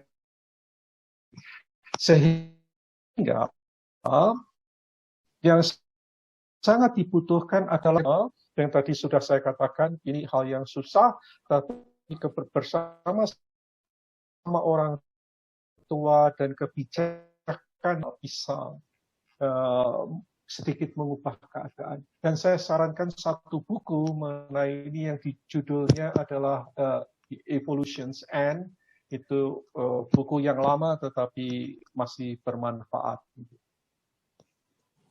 I'm just looking for the film, which deals with social media, which is a very big film. I'm to look it up right now. Video yang berhubungan dengan media sosial, satu video yang sangat bagus mengenai. I would recommend that your parents or you look at this blog I wrote. In that is a link to a movie about social media that meant to top people, showing some of the potential harms of it. We all live with it, but as parents and educators, it is clear screens are not the only answer. Dan saya memberikan link di sini yang bisa dilihat di chat di TV ini, menunjukkan kepada kita mengenai kerugian bahaya dari media sosial, dari gadget ini. Sebagai orang tua dan sebagai pendidik, kita mengetahui bahwa ini bukan, tetapi saya juga mau mengatakan bahwa screen bukan satu-satunya jawaban dan persoalan dan jawaban. Okay. So I have one question. Saya mempunyai pertanyaan terakhir. Just sit back for a moment and reflect. What was the one useful thing today that you will take home for yourself or your family that made it worthwhile coming today? And just for a moment, think about that. Saya minta Anda semua duduk rileks dan kemudian hanya memilih satu pertanyaan yang ingin saya ajukan, yaitu apa yang Anda pikir yang paling penting, paling bermanfaat yang Anda ingin akan bawa pulang dari sesi kita kali ini.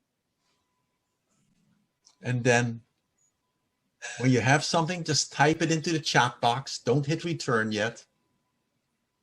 Dan kalau ada sesuatu yang Anda temukan yang penting, silahkan Anda ketik di chat box.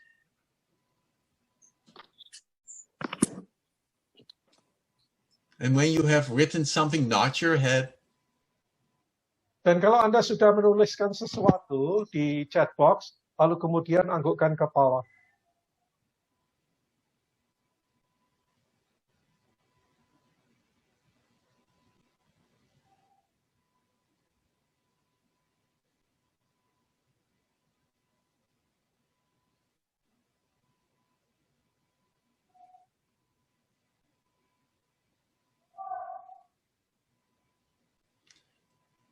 And then just sort of hit return, and then I'll Susilo or Sulilo? Susilo. Susilo. Yeah, I'm sorry, Susilo.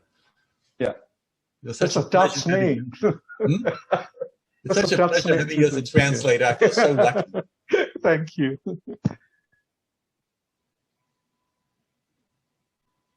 And then we'll look at that, what you wrote. Just hit return.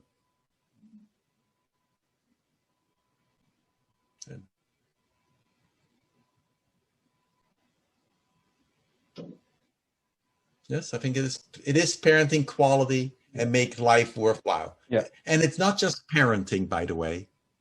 It is our whole social network.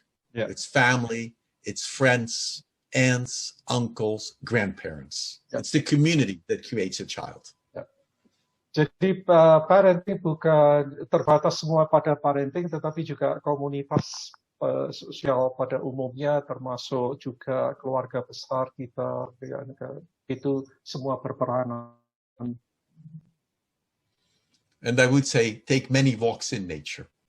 Enjoy the beauty and be part of it. Ya, dengan kata lain, dari bahasanya mengambil banyak langkah untuk bisa.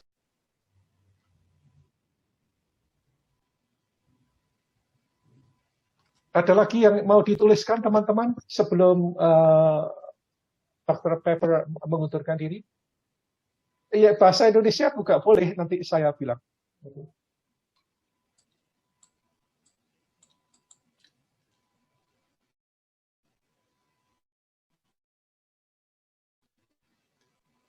Well, then I would thank all of you present.